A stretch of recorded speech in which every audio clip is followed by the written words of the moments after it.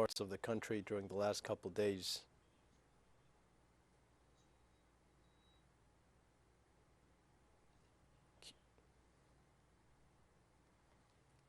The Argentinian people celebrate the 100th anniversary of the state-owned energy company Yacimientos Petrolíferos Fiscales 10 years after its nationalization. The government of Russia and the African Union are looking for joint solutions to guarantee the supply of cereals to the region.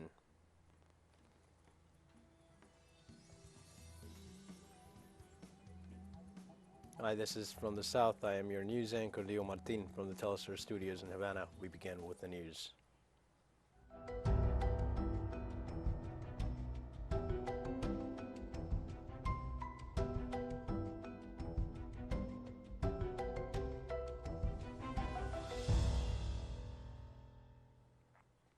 Cuban authorities report at least 3 people dead as a consequence of the heavy rains that have occurred in the west and central parts of the country during the last couple of days. Cuba's civil defense reports that during the last 24 hours, torrential and relentless rains have caused landslides, floods, disruptions to power services, and damages to houses and buildings in the west and central part of Cuba. 445 people have been evacuated by the civil defense teams, while 1,914 have self-evacuated. According to a latest report, 20 families in Havana have been affected by 61 partial and 1 total structure collapses.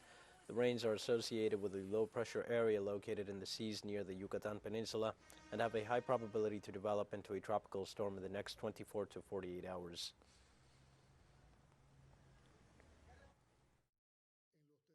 The territories, the fundamental task is to evacuate the population at risk of flooding or possible damage to homes, based on the analysis of these situations and their preservation of property. Any warehouse that needs to be evacuated, any environment in flood zones that needs to be preserved, including people's property. The government of Venezuela delivered over 41 tons of humanitarian aid to Suriname to help those affected by the floods registered in the last days. The Minister of Foreign Affairs, Carlos Farias, stated that this humanitarian aid includes medicines, medical supplies, drinking water, and food that will be transported by the Simón Bolívar Humanitarian Task Force following orders from President Nicolás Maduro. Likewise, the official detailed that a technical team made up of emergency experts, civil protection, and disaster management officials was sent. They will make an assessment of the damage caused by the strong floods in the Caribbean nation. Vice Minister for the Caribbean of Venezuela, Raúl Licausi, detailed part of the humanitarian aid delivered to the people of Suriname.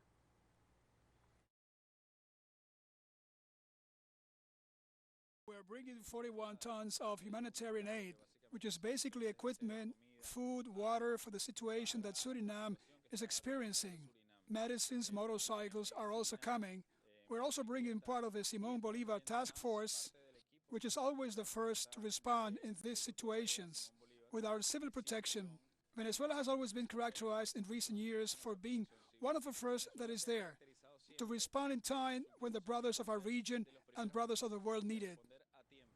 Singers and musicians from Suriname and other countries have got together to pay tribute in a song video to the tragedy suffered recently by that nation as a result of torrential rains and floods.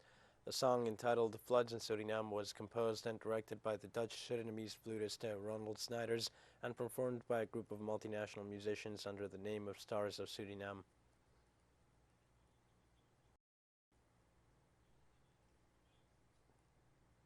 To respond in time when the brothers of our region and brothers of the world need it.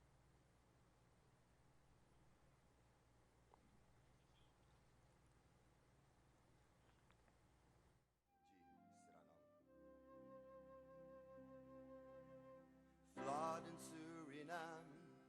It came so unexpectedly. Water in Suriname filled my eyes with sadness. Homes were lost, schools were lost, and so much more.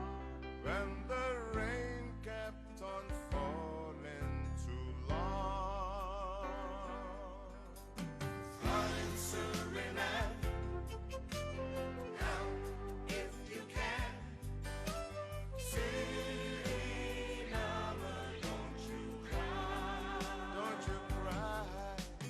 Flood in Suriname. Flood in Suriname.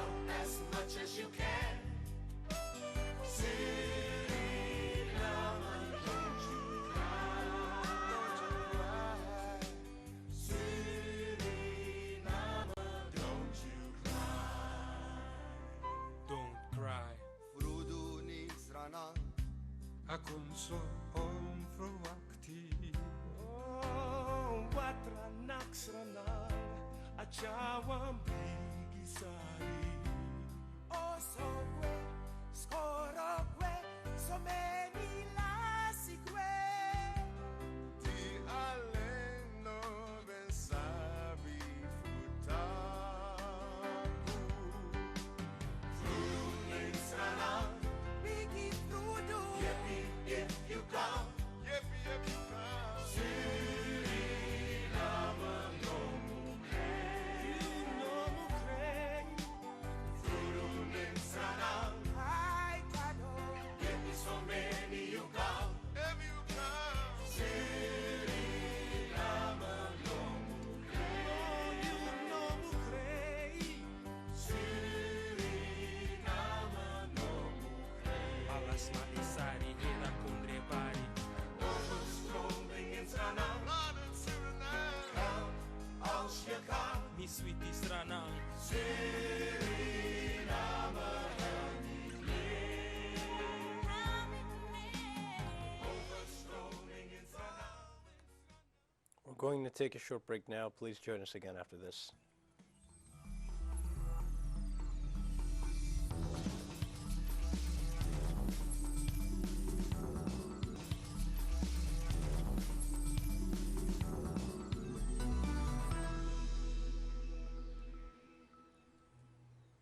Hi, and welcome back to From the South. In Argentina, President Alberto Fernandez and Vice President Cristina Fernandez Kirchner led the commemorative acts for the 100th anniversary of the state energy company Yacimientos Petrolíferos Fiscales, YPF, which is also celebrating the 10th anniversary of its nationalization. The venue of Tecnopolis in the locality of Villa Martelli in the department of Vicente Lopez was the scenario selected for such an important date. It was during the presidential administration of Cristina Fernandez de Kirchner where the nationalization of YPF, which was in the hands of Spanish multinational Repsol, was achieved. In this regard, President Alberto Fernandez indicated that we're pleased to have YPF as a tool for the economic policy.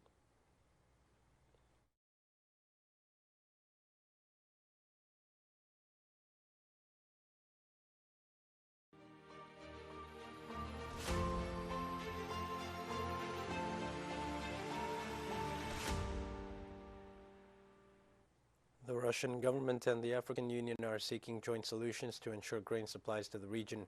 After a meeting with President Vladimir Putin in Sochi, his Senegalese counterpart and also leader of the African Union, Macky Sall, called for the lifting of all sanctions imposed against Russian grain. Sall denounced that Western sanctions have aggravated grain and fertilizer shortages and called for the food sector to be left out of the sanctions.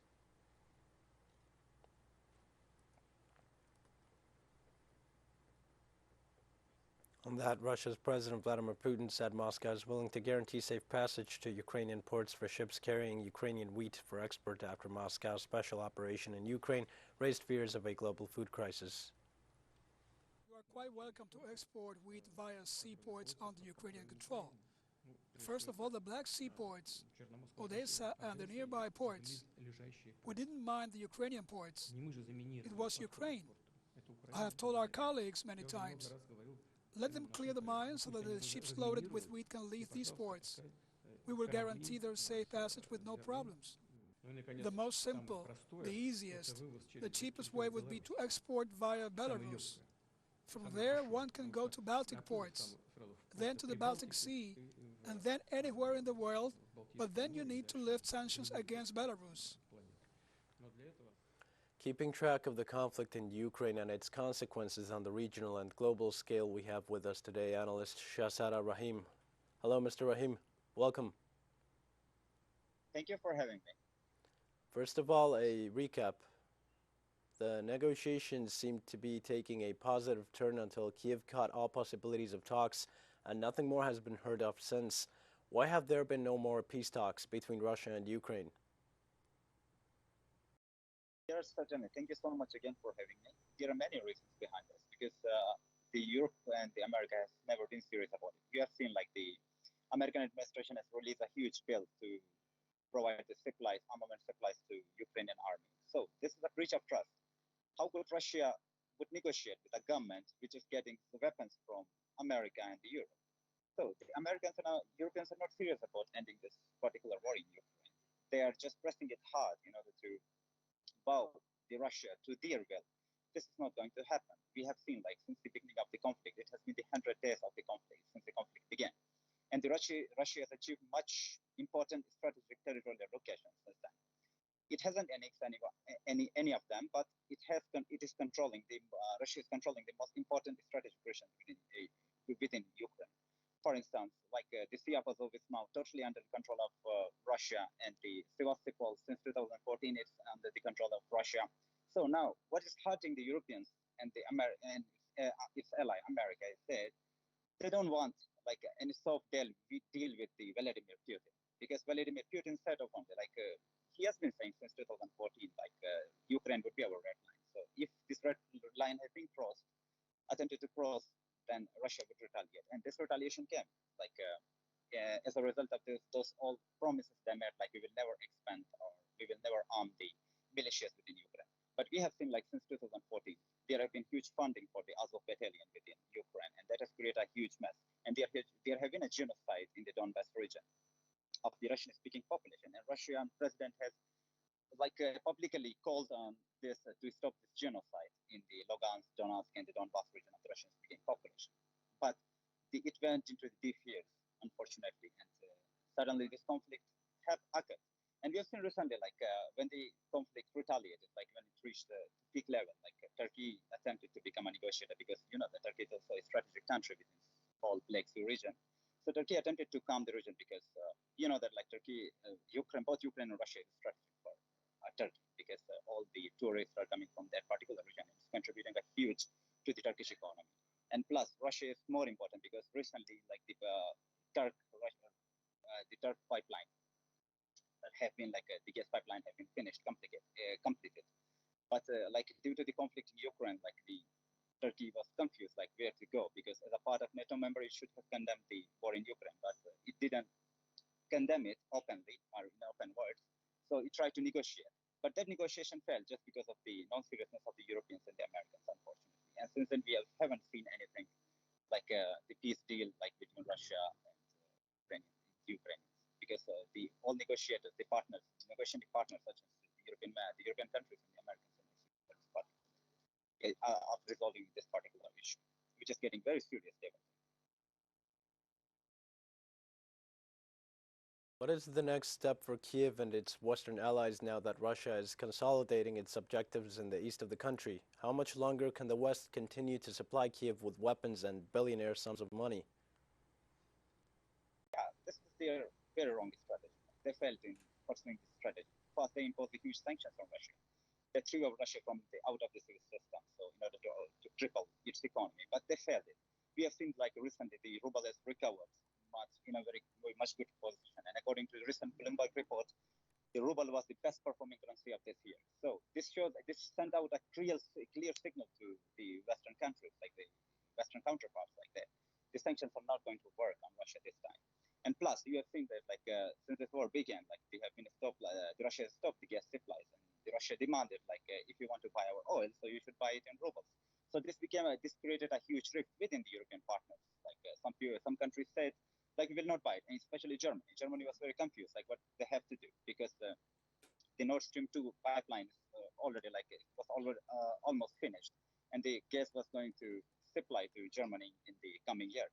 But due to this conflict, so this pipeline also became a controversy between Europe and Russia, and America was pressing Germany to condemn and to do more on Ukraine. But America did what it has to do, like it has started, like it has continued arming the Ukrainian army in order to escalate the conflict. And we have seen, like since the beginning of conflict, Russia has been very serious about resolving the issue. Even they have retreated from the Kiev region, in order to pave the way for the peace deal with Ukraine. But the Americans didn't want it, and Americans still have been like providing huge weaponry and huge money to the Ukrainian government in order to fight Russia. So if this war didn't stop, if the European and Western counterparts didn't take serious this issue, then this war might go much longer, and it will be like problem for the whole world, not just for Ukraine, Russia, and Europe. It will be for the whole world, because Russia and Ukraine are very important when it comes to the food supplies. Right now, the world is living on a food emergency. So if this war continues to be longer, so there will be huge problems for the world. coming years with us. Like the people are not ready with us. Already we have seen the world economy, global economy went into recession because of the war. Before this war, there was a coronavirus. Due to coronavirus, we had faced a lot of problems in the global economy, and right now this war has restructured everything, and we are facing a lot of problems in the global economy. And Americans knows about this, Europeans knows about this, who are the real losers in this war. But the Americans, just because of their ego, want to escalate this conflict much further, and this is the most unfortunate thing. Like, where is the humanity, and what about the global emergency which they have created due to this particular war? And they're still supplying this huge money, weapons, Ukrainian government. This is so sad. Lastly, since Finland and Sweden's petition to join NATO stemmed from the heightening of this conflict, we must talk about Turkey's rejection of the integration process of the two Scandinavian countries into the alliance. What are Erdogan's conditions for the entry of Helsinki and Stockholm into the Security Pact, and why haven't they agreed to his demands? Definitely, Turkey is an important member, largest, one of the second largest force.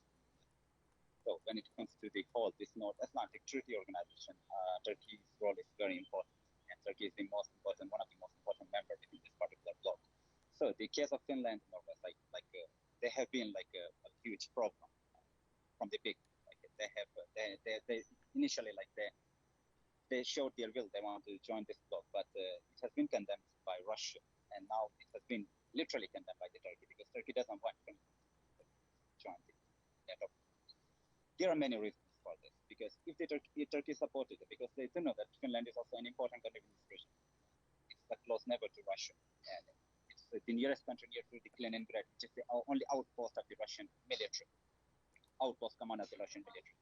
So the Turkey knows, if Turkey favors the Finland membership to this particular bloc, then it might jeopardize its relationship with Russia, because with Russia it has very strategic relations when it comes to Syria, because in Syria the Russians and the Russian and Turkish governments have collaborated in some key areas and key strategic areas.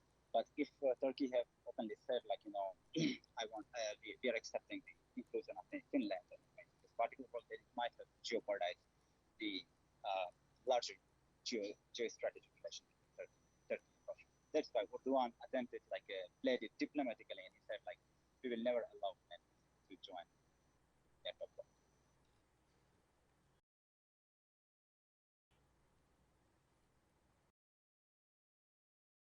Thank you so much for sharing your insight with us, Mr. Rahim. Stay tuned for more information. We'll be right back.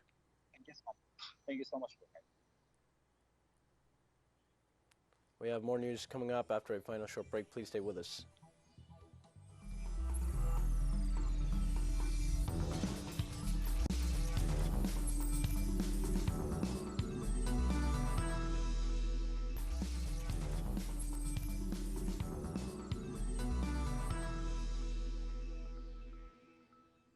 Hello and welcome back. In Spain, the campaigns began for the regional elections in Andalusia set for June 19th. The political parties activated their machinery in order to achieve the favor of the electorate. This after considering that in the last regional elections in Andalusia, abstention exceeded 40%. Opinion polls give the favorite parties to the right wing, while the awards on the left will participate in the votes divided into three coalitions. Political leaders point out that these votes are important because they mark the beginning of the electoral calendar in the country that will continue with municipal, regional, and general votes throughout the nation.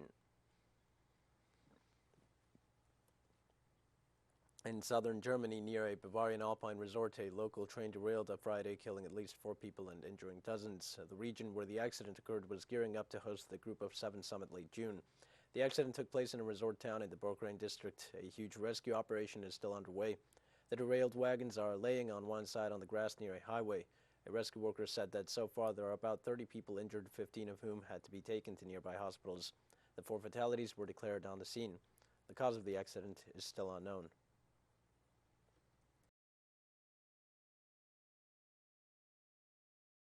The government of China denounced the United States' strategy of presenting the country as an international threat. Authorities said this policy from Washington is intended to promote a conflict between the two countries.